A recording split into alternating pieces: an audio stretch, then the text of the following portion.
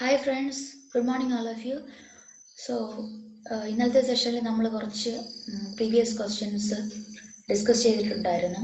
So അതിൻ്റെ ബാക്കിയാണ് ഇന്നെടുക്കുന്നത്.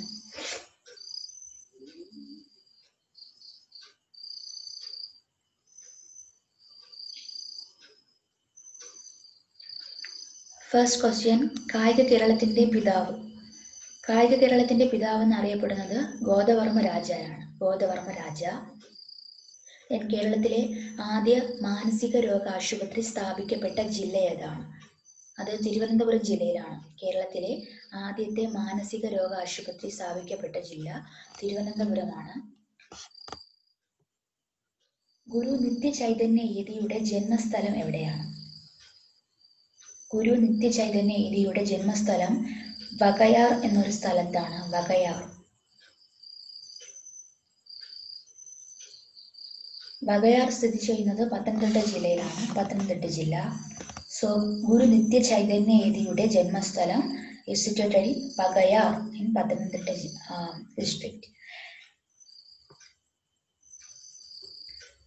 Then UL cyber park സ്ഥിതി ചെയ്യുന്നത് നെല്ലിക്കോട്. നീണ്ടകര ഫിഷറീസ് പ്രോജക്റ്റിൽ സഹായിച്ച രാജ്യം ഏതാണ്? നീണ്ടകര ഫിഷറീസ് പ്രോജക്റ്റിൽ സഹായിച്ച രാജ്യം നോർവേ ആണ്. നോർവേ. അടുത്ത AKG അന്ത്യവിശ്രമം കൊള്ളുന്ന സ്ഥലം പയ്യാമ്പലം ബീച്ചാണ്. AKG means AK Gopalan. Okay, AKG അന്ത്യവിശ്രമം കൊള്ളുന്ന സ്ഥലമാണ് പയ്യാമ്പലം ബീച്ച്. കൈതച്ചക്ക ഗവേഷണ കേന്ദ്രത്തിന്റെ ആസ്ഥാനം ചോദിച്ചാൽ വെള്ളാനിക്കര. അതെവിടെയാണ്? തൃശ്ശൂർ ജില്ലയിലാണ്. കൈതച്ചക്ക ഗവേഷണ കേന്ദ്രത്തിന്റെ ആസ്ഥാനം വെള്ളാനിക്കരയാണ്. അത് തൃശ്ശൂർ ജില്ലയിലാണ്. Kerala institute of folklore and folk ആർട്സിന്റെ ആസ്ഥാനം. Kerala institute of folklore and folk ആർട്സിന്റെ ആസ്ഥാനം മണ്ണടി. സേതു ലക്ഷ്മിഭായി പാലം എന്നറിയപ്പെടുന്നത് നീണ്ടകര പാലം. സേതു ലക്ഷ്മിഭായി പാലം എന്നറിയപ്പെടുന്നത് നീണ്ടകര പാലം. ജനസംഖ്യ ഏറ്റവും കുറഞ്ഞ കേരളത്തിലെ കോർപ്പറേഷനാണ് തൃശ്ശൂർ. എന്താണ്? ജനസംഖ്യ ഏറ്റവും കുറഞ്ഞ കോർപ്പറേഷനാണ് തൃശ്ശൂർ. കേരളത്തിലെ ആദ്യത്തെ ശിശു സൗഹൃദ ജില്ല എറണാകുളം. മനുഷ്യനിർമ്മിതമായ കേരളത്തിലെ ഏക വനമാണ് Kareem forest park. It is situated in Kasaragod district. മനുഷ്യനിർമ്മിതമായ കേരളത്തിലെ ഏക വനമാണ് കരീം ഫോറസ്റ്റ് പാർക്ക്. അത് കാസർഗോഡാണ്. ഇനി അടുത്ത്, ഭാരതരത്നം ലഭിച്ച ഏക കേരള ഗവർണറാണ് VV ഗിരി. ഭാരതരത്നം ലഭിച്ച കേരളത്തിലെ ഏക ഗവർണറാണ് VV ഗിരി.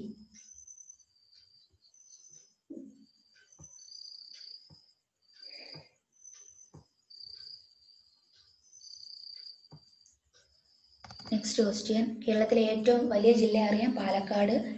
ഫറോക്ക് പട്ടണം പണി കഴിപ്പിച്ചത് ടിപ്പു സുൽത്താൻ. ഫറോക്ക് പട്ടണം പണി കഴിപ്പിച്ചത് ആരാണ്? ടിപ്പു സുൽത്താനാണ് ഫറോക്ക് പട്ടണം. കേരള ഔദ്യോഗിക ഭാഷ ആക്ട് പാസാക്കിയ വർഷം. കേരള ഔദ്യോഗിക ഭാഷ ആക്ട് പാസാക്കിയ വർഷം 1969. കൊച്ചി നഗരത്തിൽ സ്ഥിതി ചെയ്യുന്ന പക്ഷി സങ്കേതമാണ് മംഗളവനം. കൊച്ചി നഗരത്തിൽ സ്ഥിതി ചെയ്യുന്ന പക്ഷി സങ്കേതമാണ് മംഗളവനം.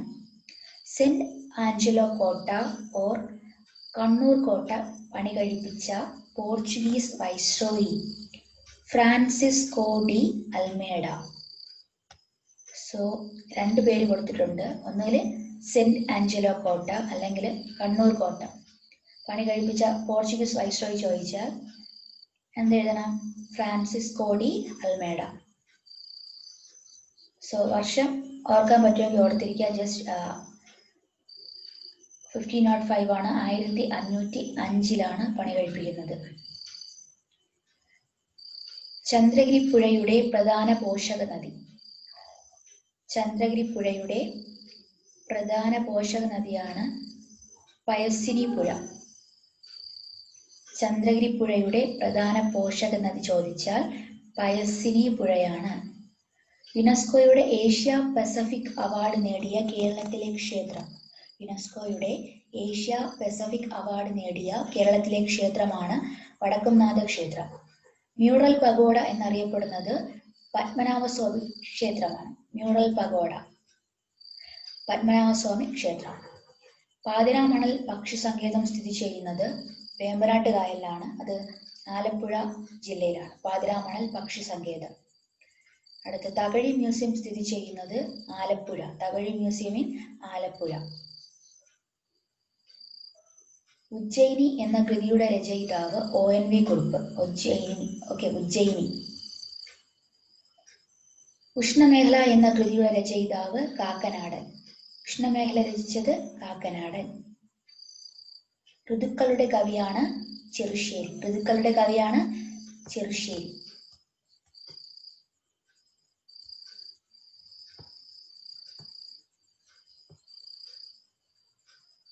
ഇനി ഒളിവിലെ ഓർമ്മകൾ എന്ന കൃതിയുടെ രചയിതാവ് തോപ്പിൽ ഭാസി.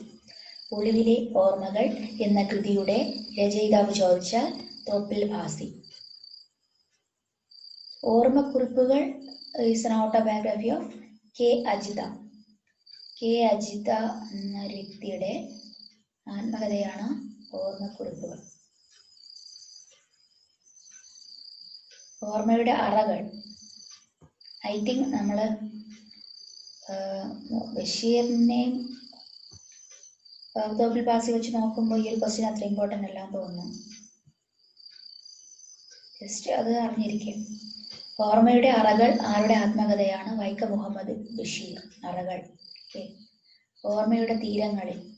കുറച്ച് കൺഫ്യൂസ്ഡ് ആക്കാൻ വേണ്ടിയിട്ട് ഈ ഇങ്ങനത്തെ ഒരു കുറച്ച് ടേംസ് ഉണ്ട്. ഓർമ്മയുടെ അറകൾ, ഓർമ്മയുടെ തീരങ്ങളിൽ, ഓർമ്മക്കുറിപ്പുകൾ. അതൊക്കെ ഒന്ന് ജസ്റ്റ് ശ്രദ്ധിച്ച് അല്ലെങ്കിൽ കോഡ് നിങ്ങളായിട്ട് തന്നെ ക്രിയേറ്റ് ചെയ്ത് ജസ്റ്റ് ഓർമ്മിച്ചിരിക്കുക. ഓർമ്മയുടെ തീരങ്ങളിൽ ആരുടെ ആത്മകഥയാണ്? തകഴി ശിവശങ്കര പിള്ള. തകഴി ശിവശങ്കര പിള്ളയാണ് ഓർമ്മയുടെ തീരങ്ങളിൽ. കണ്ണീരും കിനാവും ആരുടെ ആത്മകഥയാണ്? PT ഭട്ടതിരിപ്പാട്. കണ്ണീർപ്പാടം എന്ന കൃതിയുടെ രചയിതാവാണ് വൈലോപ്പിള്ളി ശ്രീധരമേനോൻ. കണ്ണീർപ്പാടം. കന്നിക്കൊയ്ത്ത് രചിച്ചത് വൈലോപ്പിള്ളി ശ്രീധരമേനോൻ. ഗ്രാമവൃക്ഷത്തിലെ കുയിൽ എന്ന കൃതിയുടെ രചയിതാവ് കുമാരനാശാൻ. ഗ്രാമവൃക്ഷത്തിലെ കുയിൽ എന്ന കൃതിയുടെ രചയിതാവ് കുമാരനാശാൻ. തോപ്പിൽ ഭാസി എന്ന തൂലികനാമത്തിൽ അറിയപ്പെടുന്നത് ഭാസ്കരൻ പിള്ള. തോപ്പിൽ ഭാസി എന്ന തൂലികനാമത്തിൽ അറിയപ്പെടുന്നത് ഭാസ്കരൻ പിള്ള. ദൈവത്തിന്റെ വികൃതികൾ എന്ന കൃതിയുടെ രചയിതാവ് M. മുകുന്ദൻ. ദൈവത്തിന്റെ വികൃതികൾ എന്ന കൃതിയുടെ രചയിതാവ് M. മുകുന്ദൻ. നന്ദനാർ എന്ന തൂലികനാമത്തിൽ അറിയപ്പെടുന്നത് PC ഗോപാലൻ. അപ്പോൾ PC ഗോപാലനാണ് നന്ദനാർ എന്നോർത്തിരിക്കുക. നവസൗരഭം എന്ന കൃതിയുടെ രചയിതാവ് ഇടപ്പള്ളി രാഘവൻ പിള്ള. നവസൗരഭം എന്ന കൃതിയുടെ രചയിതാവ് ഇടപ്പള്ളി രാഘവൻ പിള്ള. 4 പെണ്ണുങ്ങൾ എന്ന കൃതിയുടെ രചയിതാവ് തകഴി. 4 പെണ്ണുങ്ങൾ എന്ന കൃതിയുടെ രചയിതാവാണ് തകഴി. നാളികേര പാകൻ എന്നറിയപ്പെടുന്നത് ഉള്ളൂർ. നാളികേര പാകൻ എന്നറിയപ്പെടുന്നത് ഉള്ളൂർ. നെക്സ്റ്റ്, ബാലിദ്വീപ് എന്ന യാത്രാ വിവരണം എഴുതിയത് ആര്?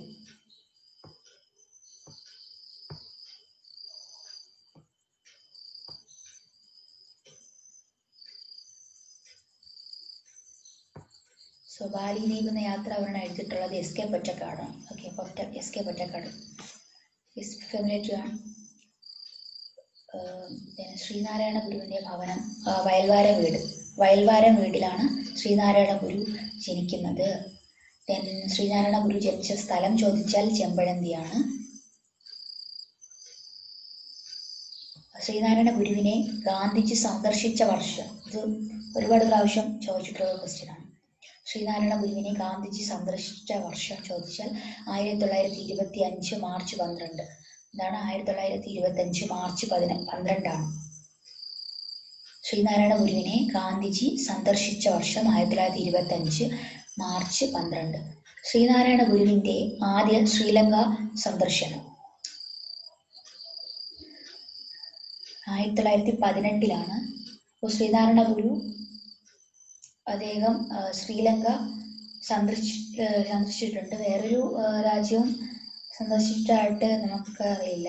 ബട്ട് ശ്രീലങ്ക സന്ദർശിച്ചിട്ടുള്ള ഒരു സ്ഥലമാണ് ശ്രീനാരായണ ഗുരു. 1918 ശ്രീനാരായണ ഗുരുവിന്റെ രണ്ടാമത്തെ ശ്രീലങ്ക സന്ദർശനം 1926. സോ ഫസ്റ്റ് ശ്രീലങ്ക സന്ദർശനം 1918 പിന്നീട് 8 വർഷം കഴിഞ്ഞിട്ട് വീണ്ടും അദ്ദേഹം സന്ദർശിക്കുന്നു. അത് 1926.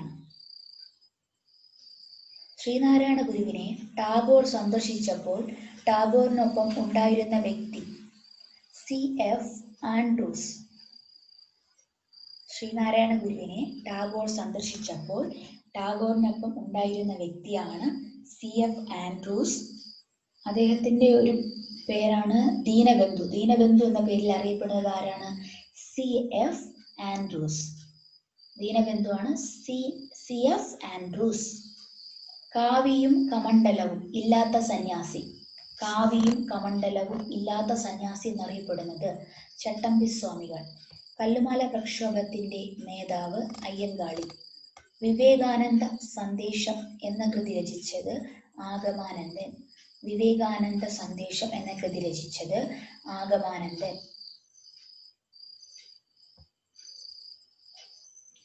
ജാതി വിവേചനത്തിനെതിരെ പാലക്കാട് നിന്ന് ഗുജറാത്തിലെ സബർമതി ആശ്രമത്തിലേക്ക് പദയാത്ര നടത്തിയതാണ് ആനന്ദ തീർത്ഥൻ.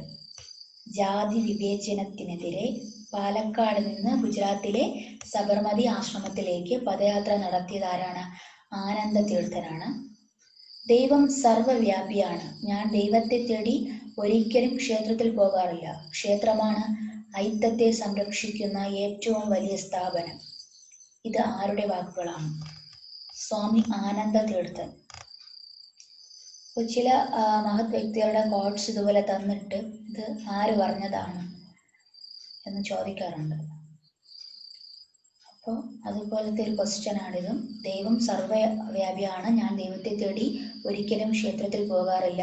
ക്ഷേത്രമാണ് ഐക്യത്തെ സംരക്ഷിക്കുന്ന ഏറ്റവും വലിയ സ്ഥാപനം. ഇത് ആരുടെ വാക്കുകളാണെന്ന് ചോദിച്ചാൽ റൈറ്റ്, സ്വാമി ആനന്ദ തീർത്ഥൻ. ആലത്തൂർ സ്വാമികൾ എന്നറിയപ്പെടുന്നത് ബ്രഹ്മാനന്ദ ശിവയോഗി. ആലത്തൂർ സ്വാമികൾ ആരാണ്? ബ്രഹ്മാനന്ദ ശിവയോഗി. അരയ സമുദായത്തിന്റെ നവോത്ഥാനത്തിന് വേണ്ടി പ്രയത്നിച്ച നവോത്ഥാന നായകനാണ് പണ്ഡിറ്റ് കറുപ്പൻ. അരയ സമുദായത്തിന്റെ നവോത്ഥാനത്തിന് വേണ്ടി പ്രയത്നിച്ച നവോത്ഥാന നായകനാണ് പണ്ഡിറ്റ് കറുപ്പൻ.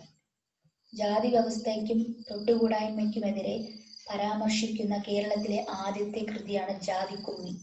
ജാതി വ്യവസ്ഥയ്ക്കും തൊട്ടുകൂടായ്മയ്ക്കുമെതിരെ പരാമർശിക്കുന്ന കേരളത്തിലെ ആദ്യത്തെ കൃതിയാണ് ജാതിക്കുമ്മി. അന്ധവിശ്വാസങ്ങൾക്കെതിരെ പ്രചോദനം നൽകുവാൻ പണ്ഡിറ്റ് കറുപ്പൻ നടത്തിയ രചനയാണ് ആചാരഭൂഷണം. അന്ധവിശ്വാസങ്ങൾക്കെതിരെ പ്രചോദനം നൽകുവാൻ പണ്ഡിറ്റ് കറുപ്പൻ നടത്തിയ രചനയാണ് ആചാരഭൂഷണം. കേരള സഹോദര സംഘം സ്ഥാപിച്ചത് സഹോദരൻ അയ്യപ്പനാണ്. നമുക്കറിയാം, ഈ സഹോദര മീൻസ് അത് കേൾക്കുമ്പോൾ തന്നെ നമുക്ക് മനസ്സിലാവും അതാരുടെയാണ്? സഹോദരൻ അയ്യപ്പൻ്റെതാണ്. സോ ഇവിടെ കേരള സഹോദര സംഘം സ്ഥാപിച്ചത് സഹോദരൻ അയ്യപ്പനാണ്. അത് 1917 കൂടി ഓർത്തിരിക്കും. എന്നാണ്? 1917. അടുത്ത് ഇസ്ലാം മത സിദ്ധാന്ത സംഗ്രഹം. ഇസ്ലാം മത സിദ്ധാന്ത സംഗ്രഹം എന്ന കൃതി രചിച്ചത് വക്കം അബ്ദുൽ ഖാദർ മൗലവി. വക്കം അബ്ദുൽ ഖാദർ മൗലവിയാണ് ഇസ്ലാം മത സിദ്ധാന്ത സംഗ്രഹം എന്ന കൃതി രചിച്ചത്. കേരളത്തിലെ മദൻ മോഹൻ മാളവി എന്നറിയപ്പെടുന്നത് മന്നത്ത് പത്മനാഭൻ. കേരളത്തിലെ മദൻ മോഹൻ മാളവി എന്നറിയപ്പെടുന്നത് മന്നത്ത് പത്മനാഭനാണ്. അങ്ങനെ വിശേഷിപ്പിച്ചതാരാണ്? സർദാർ K.M. പണിക്കറാണ് അങ്ങനെ വിശേഷിപ്പിച്ചത്. മന്നത്ത് പത്മനാഭനെ കേരളത്തിലെ മദൻ മോഹൻ മാളവി എന്ന് വിശേഷിപ്പിച്ചത്. അടുത്ത കേരളത്തിലെ ഉപ്പു സത്യാഗ്രഹത്തിന് നേതൃത്വം നൽകിയത് K. കേളപ്പനാണ്. സ്നേഹഗായകൻ എന്നറിയപ്പെടുന്നത് കുമാരനാശാൻ. ഇന്ത്യയിൽ വച്ച് കുറച്ച് ജനറൽ നോളജ് കേട്ടോ. ഇന്ത്യയിൽ വച്ച് കൊല്ലപ്പെട്ട ഏക വൈസ്രോയിയാണ് മേയോ പ്രഭു. ലോർഡ് മേയോ എന്ന് പറയും കേട്ടോ ഇംഗ്ലീഷില്. ഇന്ത്യയിൽ വച്ച് കൊല്ലപ്പെട്ട ഏക വൈസ്രോയി മേയോ പ്രഭു. മഹാവീരന്റെ ജന്മസ്ഥലം. മഹാവീരന്റെ ജന്മസ്ഥലമാണ് കുണ്ടല ഗ്രാമം. കുണ്ടല ഗ്രാമത്തിലാണ് മഹാവീരൻ ജനിക്കുന്നത്. തെഹ്രി ഡാം ഏത് സംസ്ഥാനത്താണ്? Tehri dam is situated in Uttarakhand. ഉത്തരാഖണ്ഡിലാണ് തെഹ്രി ഡാം. സുപ്രീം കോടതി നിലവിൽ വന്നത് എന്നാണ്? 1950 ജനുവരി 28-നാണ് സുപ്രീം കോടതി നിലവിൽ വരുന്നത്. 1950 ജനുവരി 28 എന്നാണ് സുപ്രീം കോടതി നിലവിൽ വരുന്നത്. യങ് ഗാന്ധി എന്നറിയപ്പെടുന്നത് ഹരിലാൽ ഗാന്ധി. യങ് ഗാന്ധി, ഹരിലാൽ ഗാന്ധി. ഇന്ത്യയിൽ ആദ്യ ചലച്ചിത്ര പ്രദർശനം നടന്നത് എവിടെയാണ്? മുംബൈയിലെ വാട്സൺ ഹോട്ടലിലാണ്. 1896-ലാണ് ഇന്ത്യയിൽ ആദ്യത്തെ ചലച്ചിത്ര പ്രദർശനം നടക്കുന്നത്. ഇന്ത്യൻ ധവള വിപ്ലവത്തിന്റെ പിതാവ്. ഇന്ത്യൻ ധവള വിപ്ലവത്തിന്റെ പിതാവാണ് വർഗീസ് കുര്യൻ. 73ാമത് ഭരണഘടനാ ഭേദഗതിയിലൂടെ ഉൾപ്പെടുത്തിയ പട്ടിക. 73ാമത് ഭരണഘടനാ ഭേദഗതിയിലൂടെ ഉൾപ്പെടുത്തിയ പട്ടിക ഏതെന്നാണ്? 11ാം പട്ടികയാണ് 73ാം ഭേദഗതിയിലൂടെ നിലവിൽ വന്നത്. മോഹിനിയാട്ടം നമ്മുടെ കേരളത്തിന്റെ സംസ്ഥാന നൃത്തരൂപമാണ്. ഇന്ത്യയിൽ പ്രധാനമന്ത്രിയാകാനുള്ള കുറഞ്ഞ പ്രായം 25 വയസ്സാണ്. അടുത്ത് ഒന്നാം കർണാട്ടിക് യുദ്ധം നടന്ന വർഷം 1746 മുതൽ 1748 വരെ. ഓക്കെ, ഒന്നാം കർണാട്ടിക് യുദ്ധം. നെയ്ത്തുകാരുടെ പട്ടണം എന്നറിയപ്പെടുന്നത് പാനിപ്പട്ട്. ഓക്കെ, ഇതിൽ തന്നെ പട്ട് എന്നുള്ള ടേം ഉണ്ട്, അത് വെച്ചിട്ട് ഓർത്തിരിക്കുക. നെയ്ത്തുകാരുടെ പട്ടണം എന്നറിയപ്പെടുന്നത് പാനിപ്പട്ട്. മറാത്ത സിംഹം എന്നറിയപ്പെടുന്നത് ബാലഗംഗാധര തിലകനാണ്. മറാത്ത സിംഹം എന്നറിയപ്പെടുന്നത് ആരാണ്? ബാലഗംഗാധര തിലകനാണ്. ഇന്ത്യയിൽ ജനസംഖ്യ ഏറ്റവും കുറഞ്ഞ സംസ്ഥാനമാണ് സിക്കിം. CRPF രൂപീകൃതമായ വർഷം 1939 ജൂലൈ 27. CRPF രൂപീകൃതമായ വർഷം 1939 ജൂലൈ 27.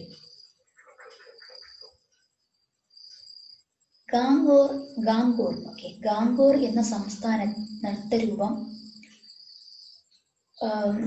നൃത്തരൂപമാണ്. അത് ഏത് സംസ്ഥാനത്തെയാണ്? രാജസ്ഥാനിലെയാണ് ഗാംഗൂർ എന്ന് പറയുന്നത്. ഗാംഗൂർ. സോ ഫ്രണ്ട്സ്, ഓർത്തിരിക്കുക, ഗാംഗൂർ എന്ന് പറയുന്നത് രാജസ്ഥാന്റെ സംസ്ഥാന നൃത്തരൂപമാണ്. എനിക്ക് രക്തം തരൂ, ഞാൻ നിങ്ങൾക്ക് സ്വാതന്ത്ര്യം തരാം എന്ന് പ്രഖ്യാപിച്ചത് സുഭാഷ് ചന്ദ്രബോസ്.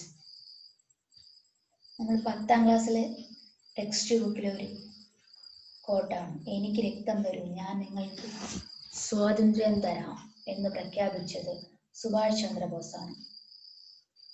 പുതിയ ലോക്സഭ സമ്മേളിക്കുമ്പോൾ അംഗങ്ങൾ സത്യപ്രതിജ്ഞ ചെയ്യുന്ന ചടങ്ങിലും സ്പീക്കറെ തിരഞ്ഞെടുക്കുന്നതിലും നടപടികൾ നിയന്ത്രിക്കുന്നത് ആരാണ്? പ്രോട്ടേം സ്പീക്കറാണ്. അപ്പോൾ എപ്പോഴൊക്കെയാണ് പുതിയൊരു ലോക്സഭ സമ്മേളിക്കുമ്പോൾ അംഗങ്ങൾ സത്യപ്രതിജ്ഞ ചെയ്യുന്ന ചടങ്ങിലും സ്പീക്കറെ തിരഞ്ഞെടുക്കുന്നതിലും അത്തരം നടപടികളിൽ നിയന്ത്രിക്കുന്നത് പ്രോട്ടേം സ്പീക്കറാണ്. അടുത്ത് ഭഗത് സിംഗ് അറിയപ്പെടുന്ന ഒരു പേരാണ് ഷാഹിദ് ഇ അസം. അപ്പോൾ ഷാഹിദ് ഇ അസം എന്നറിയപ്പെടുന്നത് ആരാണ്? ഭഗത് സിംഗ് ആണ്. ഗോവയെ ഇന്ത്യൻ യൂണിയനിൽ കൂട്ടിച്ചേർക്കാൻ നടത്തിയ സൈനിക നടപടിയാണ് ഓപ്പറേഷൻ വിജയ്. ഗോവയെ ഇന്ത്യൻ യൂണിയനിൽ കൂട്ടിച്ചേർക്കാൻ നടത്തിയ സൈനിക നടപടിയാണ് ഓപ്പറേഷൻ വിജയ്.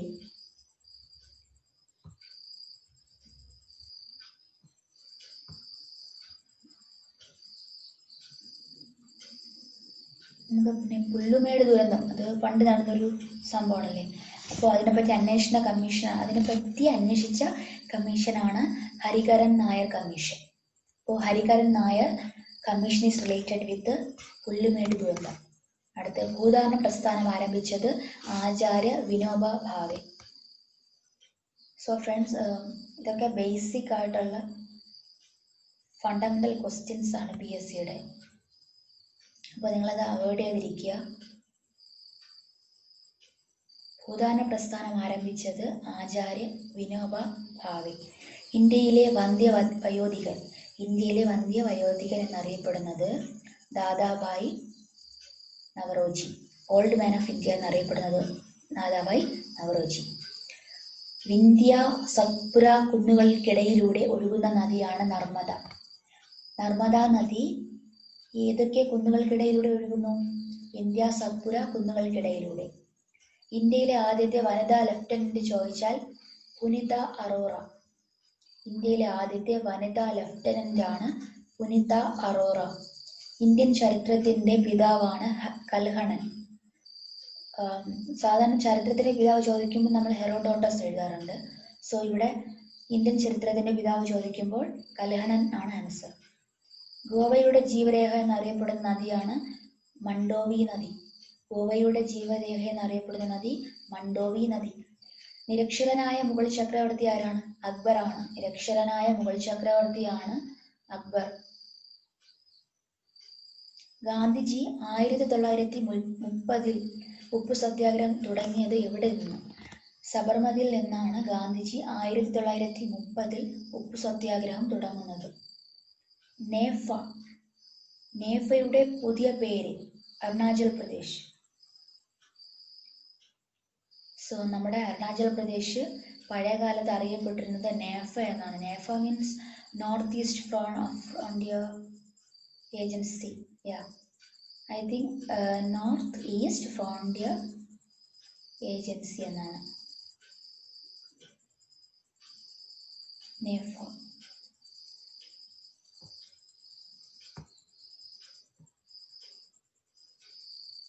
അടുത്ത ഹിമാലയത്തിന് നട്ടെല്ല് എന്നറിയപ്പെടുന്നത് ഹിമാദ്രിയാണ്. ഹിമാലയത്തിന്റെ നട്ടെല്ല് ഏതാണ്? ഹിമാദ്രിയാണ്. The master as I saw him. ഇത് ആരെ കുറിച്ചുള്ള പുസ്തകമാണെന്നാണ് ചോദ്യം. The master as I saw him. The master as I saw him. Swami വിവേകാനന്ദനെ കുറിച്ചുള്ളൊരു ബുക്കാണിത്. സർദാർ വല്ലഭായ് പട്ടേൽ രാജ്യാന്തര വിമാനത്താവളം സ്ഥിതി ചെയ്യുന്നത് അഹമ്മദാബാദിലാണ്. സർദാർ വല്ലഭായ് പട്ടേൽ രാജ്യാന്തര വിമാനത്താവളം സ്ഥിതി ചെയ്യുന്നത് അഹമ്മദാബാദിലാണ്. പട്ടികജാതി പട്ടികവർഗ സ്കൂൾ വിദ്യാർത്ഥികൾക്ക് സൈക്കിൾ നൽകുവാനുള്ള കേരള സർക്കാർ പദ്ധതിയാണ് വിദ്യായാത്ര. എന്താണ് Vidyayatra? Missile woman of India, that is Tessy Thomas. Missile man of India ആരാണ്? APJ Abdul Kalam. Here missile woman of India, that is Tessy Thomas.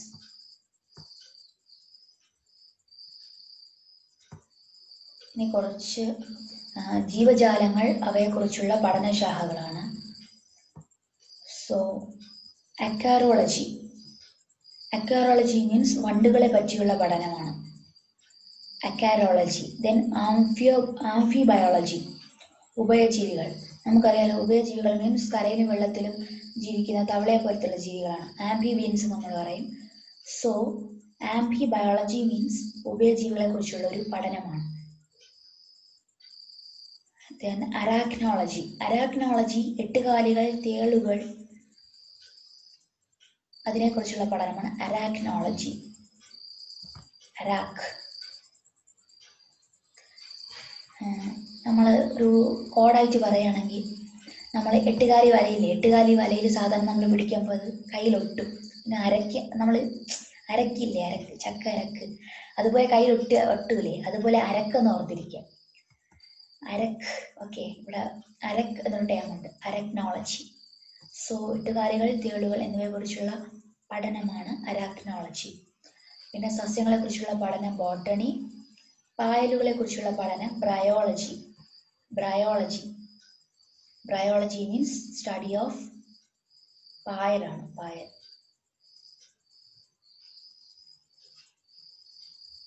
Study of moss. Then കാർസിനോളജി.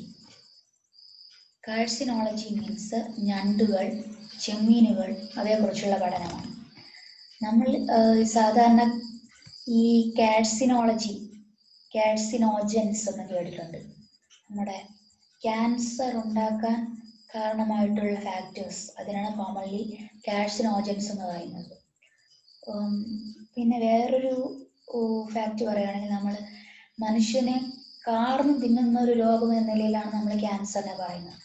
So അതൊരു ജീവിനെ ആസ്പദമാക്കിയാണ് ഈ കാർസിനോജൻ എന്നൊരു വാക്കും ക്യാൻസർ എന്നൊരു വാക്കും റിലേറ്റ് ചെയ്തിരിക്കുന്നത്. അത് നമ്മളെ ഞണ്ട് ഈ കാർന്ന് തിന്നുന്ന എന്നൊരു മീനിങ് വച്ചിട്ടാണ് നമ്മൾ ഈ ഞണ്ടുകളെ ക്യാൻസറുമായിട്ട് റിലേറ്റ് ചെയ്തിരിക്കുന്നത്. So carcinology is also study branch ആണ് വെച്ചാൽ ഒരു പഠനശാഖ. മീൻസ് കാർസിനോളജി എന്ന് പറയുന്നത് ഞണ്ടുകൾ, ചെമ്മീനുകൾ എന്നിവയെ പറ്റി പഠിക്കുന്ന ഒരു ശാസ്ത്രശാഖയാണ്. Then cetology means study of നമ്മുടെ സീൽസ്, തിമിംഗലങ്ങളെ കുറിച്ചുള്ള പഠനം, തിമിംഗലങ്ങൾ. Cetology, cetology means study of whales, തിമിംഗലങ്ങൾ. സൈനോളജി മീൻസ് നായ്ക്കളെ കുറിച്ചുള്ള പഠനം. ഈ നമ്മൾ സൈനോ ഒരു ടേം നായ ആയിട്ട് ബന്ധപ്പെട്ടൊരു ടേമാണ് സൈനോ എന്ന് പറയുന്നത്. So that's why here cynology study of dogs. Echinology കടൽ വെള്ളരി, കടൽ ലില്ലി അതിനെക്കുറിച്ചുള്ള പഠനമാണ്. നമ്മൾ സാധാരണ എക്കിനോഡെർമേറ്റ എന്നൊരു ടേം +2 ബയോളജിയിൽ പഠിച്ചിട്ടുണ്ട്. എക്കിനോഡെർമേറ്റ അതായത് related with star fish like organisms. So echinology is related with കടൽ വെള്ളരി, കടൽ lily, like that. Then entomology എന്ന് പറയുന്നത് പ്രാണികളെ കുറിച്ചുള്ള പഠനമാണ് entomology. Then herpetology related with ഉരകങ്ങൾ. ഓക്കെ, ഹെർപ്പറ്റോളജി ഉരകങ്ങളുമായിട്ടാണ് റിലേറ്റ് ചെയ്തിരിക്കുന്നത്. ദെൻ ഇക്തിയോളജി മീൻസ് മത്സ്യങ്ങളെ കുറിച്ചുള്ള സ്റ്റഡി ഓഫ് ഫിഷസ്. ദെൻ വരുന്ന ലെപ്പിഡോപ്റ്ററോളജി. ഹിയർ നമ്മൾ പി സൈലന്റ് ആണ്. സോ ലെപ്പിഡോപ്റ്ററോളജി എന്ന് പറയും. ലെപ്പിഡോപ്റ്ററോളജി is the study of butterflies. Then mammalogy means സസ്തനികൾ, mammals ഇല്ലേ, that's ACTU. മാമലോളജി സസ്തനികളെ കുറിച്ചുള്ള പഠനം. മറൈൻ ബയോളജി കടൽ ജീവജാലങ്ങൾ, അതിനെക്കുറിച്ചുള്ള പഠനമാണ് മറൈൻ ബയോളജി. മൈക്കോളജി കുമിളുകൾ, കൂണുകൾ. ഓക്കെ, നമ്മൾ മഷ്റൂംസ് അതിനെ പറ്റിയുള്ള സ്റ്റഡിയാണ് മൈക്കോളജി എന്ന് പറയുന്നത്. ദെൻ മിർമിക്കോളജി എന്ന് പറയുമ്പോൾ തന്നെ നമുക്കൊരു ഉറുമ്പിൻ്റെ ഒരു സൗണ്ട് വരുന്നില്ലേ, ഉറുമ്പ്. ആൻസുമായിട്ട് റിലേറ്റ് ചെയ്തൊരു നമുക്ക് റിലേറ്റ് ചെയ്യാൻ പറ്റും. സോ മിർമിക്കോളജി എന്ന് കേട്ടാൽ തന്നെ നമ്മൾ ഉറുമ്പിനെ പറ്റിയുള്ള പഠനമാണെന്ന് ഓർത്തിരിക്കുക. ദെൻ നിമാറ്റോളജി, നിമാറ്റോഡ്സ് എന്ന് കേട്ടിട്ടുണ്ട്, നിമാറ്റോഡ്സ്. അപ്പോൾ നിമാറ്റോളജി എന്ന് പറയുന്നത് വിരകളെ കുറിച്ചുള്ള പഠനം.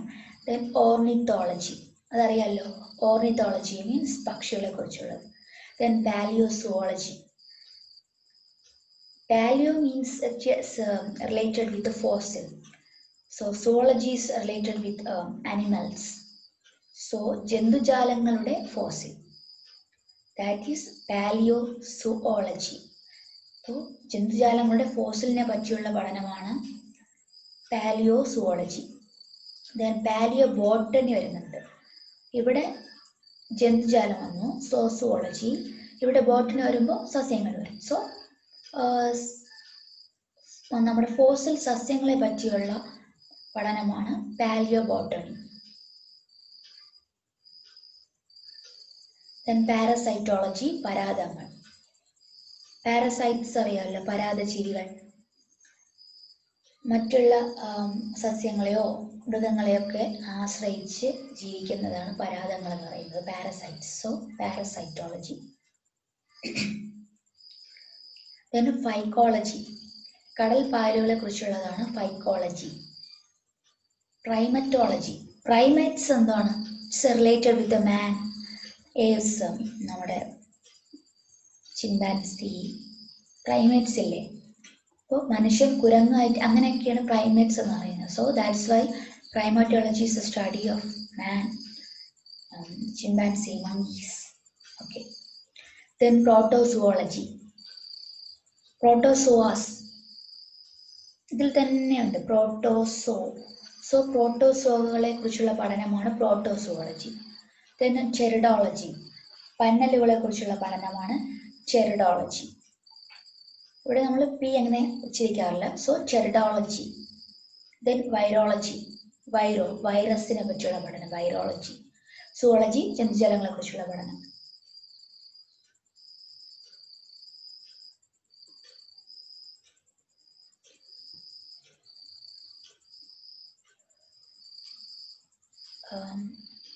സോ ഫ്രണ്ട്സ്, ഈ ടേംസ് നമുക്ക് പരിചിതമാണ്. സോ നമ്മൾ ടെലിഗ്രാമിൽ ഇതിൻ്റെ റിലേറ്റഡ് ഒരു 2-3 ക്വസ്റ്റ്യൻ ഇട്ടിട്ടുണ്ടായിരുന്നു തോന്നുന്നു. സോ ഐ തിങ്ക് അരിസ്റ്റോക്രസി നമ്മൾ ഇട്ടിട്ടുണ്ടായിരുന്നു.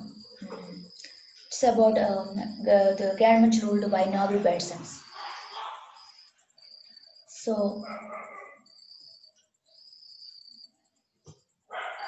ഇത് ഇമ്പോർട്ടൻ്റ് ആയിട്ടുള്ളൊരു പാർട്ടാണ്. ക്രേസി എന്നാൽ റൂൾ ഓർ ഗവൺമെന്റ് ആണെന്നാണ് അർത്ഥം. ക്രേസി, നമ്മൾ സാധാരണ ക്രേസി കേട്ടിട്ടുള്ളത് CRAZY എന്നുവെച്ചാൽ വിചിത്രമായ, സ്ട്രേഞ്ച് ആയിട്ടുള്ള. സോ ഇവിടെ ഉള്ളത് cracy means CRACY, cracy. Okay, cracy എന്നാൽ റൂൾ ഓർ ഗവൺമെന്റ് എന്നാണ് അർത്ഥം. A government by the people,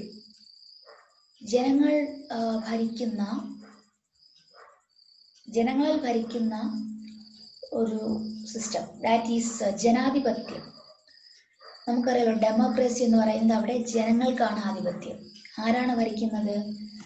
ജനങ്ങൾ റെപ്രസെൻറ്റേറ്റീവ്സിനെ സെലക്ട് ചെയ്യുന്നു. ആ റെപ്രസെൻറ്റേറ്റീവ്സ് ആണ് നമ്മളെ ഭരിക്കുന്നത്. So government by the people ആണ് democracy. Government by a king or queen, ഒരു രാജാവിനാലോ ഒരു രാജ്ഞിയാലോ ഒരു രാജ്യം ഭരിക്കപ്പെടുന്നുവെങ്കിൽ അതിനെ നമ്മൾ മൊണാർക്കി എന്ന് പറയും, രാജഭരണം. സോ ഫ്രണ്ട്സ്, മൊണാർക്കി എന്ന് പറയുന്നത് രാജഭരണമാണ് ഉദ്ദേശിക്കുന്നത്. ദെൻ ബ്യൂറോക്രസി എന്ന് പറയുന്നത് ഉദ്യോഗസ്ഥ ഭരണമാണ്. ഓക്കെ, മലയാളത്തിൽ നമ്മൾ ഉദ്യോഗസ്ഥ ഭരണം എന്ന് പറയും. ബ്യൂറോക്രാറ്റ്സ് എന്ന് പറയുന്നത് ഉദ്യോഗസ്ഥർ എന്നുള്ള രീതിയിലാണ് meaning. So a government by the officials, that is bureaucracy. Then a government by the rich, നല്ല പൈസയുള്ള ആൾക്കാർ അല്ലെങ്കിൽ നല്ല എക്കണോമിക്കലി റിച്ച് ആയിട്ടുള്ള പ്രിവിലേജ്ഡ് പീപ്പിൾ, റിച്ച് ആയിട്ടുള്ള ആളുകളുടെ ഗവൺമെന്റ് ആണ് അല്ലെങ്കിൽ ധനികരുടെ ഭരണമാണ് പ്ലൂട്ടോക്രസി. പ്ലൂട്ടോക്രസി മീൻസ് ധനിക ഭരണം. Then government by few, oligarchy. കുറച്ച് പേര് ചേർന്നിട്ടൊരു ഭരണം നടത്തുകയാണെങ്കിൽ നമ്മൾ അതിനെ ഒലിഗാർക്കി എന്ന് പറയും, ഒലിഗാർക്കി. Then autocracy, one person has complete power, that is autocracy. നമ്മൾ സാധാരണ ഓട്ടോണമി എന്നൊക്കെ പറയുമ്പം എന്താണ് ഉദ്ദേശിക്കുന്നത്? ഒരു പർട്ടിക്കുലർ പേഴ്സണ് ആ എല്ലാ പവറും ഉണ്ട് എന്നുള്ള രീതിയിലാണ് ഓട്ടോ എന്നുള്ള ടേമാണ് നമ്മൾ ഉദ്ദേശിക്കുന്നത്. ഓട്ടോണോമസ് കോളേജസ് നമ്മൾ എടുത്താലും അതൊരു സ്വയം ഭരണം അങ്ങനെയല്ലേ ഉദ്ദേശിക്കുന്നത്. അവിടെ വേറെ വെളിയിൽ നിന്നൊരു ആർക്കും പർട്ടിക്കുലർ റോളില്ല അവിടെ. So that is why term autocracy means one person has complete power in a government. That type of government is known as autocracy. Then comes theocracy. Here the word theo means God. Okay, theo എന്ന് വെച്ചാൽ ദൈവം എന്നാണ് അർത്ഥം. So a government in which God is the king. ദൈവത്താൽ ഭരിക്കപ്പെടുന്ന ഒരു government, അതിനാണ് നമ്മൾ theocracy എന്ന് പറയുന്നത്. ഇനി നെക്സ്റ്റ് ഈസ് മോബോക്രസി. ഫ്രണ്ട്സ്, ഇവിടെ നമുക്ക് മോബ് എന്നുള്ളൊരു മീനിങ് എന്താണ് വരുന്നത്? മോബ് എന്ന് വെച്ചാൽ ജനക്കൂട്ടം. സോ ഒരു mass of people, a government by a mob, അതിനെയാണ് നമ്മൾ മോബോക്രസി എന്ന് പറയുന്നത്. Then monocracy. മോണോ മീൻസ് ഒന്ന്.